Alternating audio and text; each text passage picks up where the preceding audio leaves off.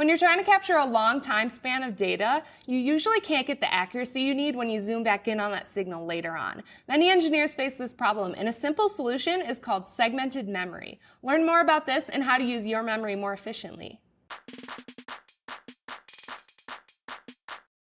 Hi, I'm Erin East, and welcome to Scopes University. Do you ever find when you're trying to capture a really long time span of data, say you want to look at 400 packets of your I2C bus or 350 pulses from an RF burst, that when you capture that long time span and go and zoom back in on those pulses or packets later on, they don't have nearly the accuracy that you need? If I increase the time base on the scope so that I can capture all those packets that I wanted to look at, I can then use the zoom gate to zoom in on each of those individual packets or pulses. And then what I'm going to see is that the signal is distorted because the sample rate per packet of data is much lower than if we were to trigger and center one single packet on the screen.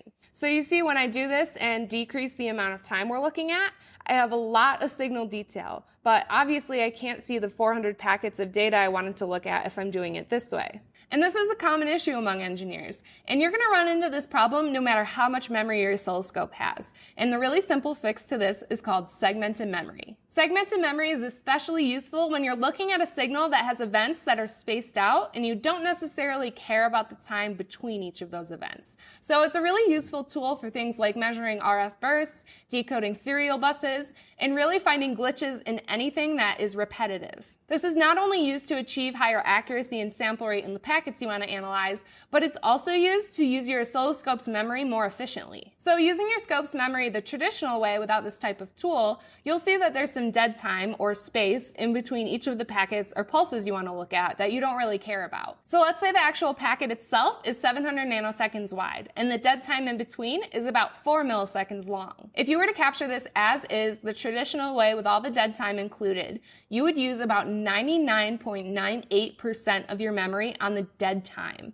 and you would only use about 0.0175% of it on the part you actually care about, the packets and the pulses. That's crazy! You're using all of your memory on something that you don't even want to see on your screen. And even worse, you're not even going to get enough signal detail on the part you do want to see to make accurate measurements. One solution to the problem is to buy an oscilloscope with a lot of memory. However, that gets expensive really quickly, and still there's no oscilloscope in the world that has enough memory to show you 1,000 packets on screen with the highest sample rate. Segmented memory is the only way to do that, and it's already integrated into all the InfiniVision oscilloscopes. So it allows you to capture hundreds of packets of data while using the highest sample rate so you get the highest signal accuracy you possibly can get. This can be a tricky concept to understand, and I think the easiest way to learn is by doing it on the scope. All I have to do to set up segmented memory is to set up a stable trigger on a single packet on the screen. So you can see I already have one packet centered on the screen here that I'm already triggering and decoding on. Now we just go into the Acquire menu and select Segmented, then change the number of segments to 1000. And press the segmented soft key to turn it on. Now you can see it's acquiring all the segments. Once it's complete, you can see all the time tags pop up in the sidebar over here. And you can also open the lister if you're working with serial buses. The lister will give you the time tag and decode information for each of the packets. If you double press one of the rows in the lister or in the sidebar, the scope will open up that specific packet so you can analyze it even further. Another great thing you can do with the lister is change the reference time for the time tags. So right now you can see that the time tags are respective to the first segment captured. Well, if I press on the gear icon up here, we can go into the lister menu, then go into options.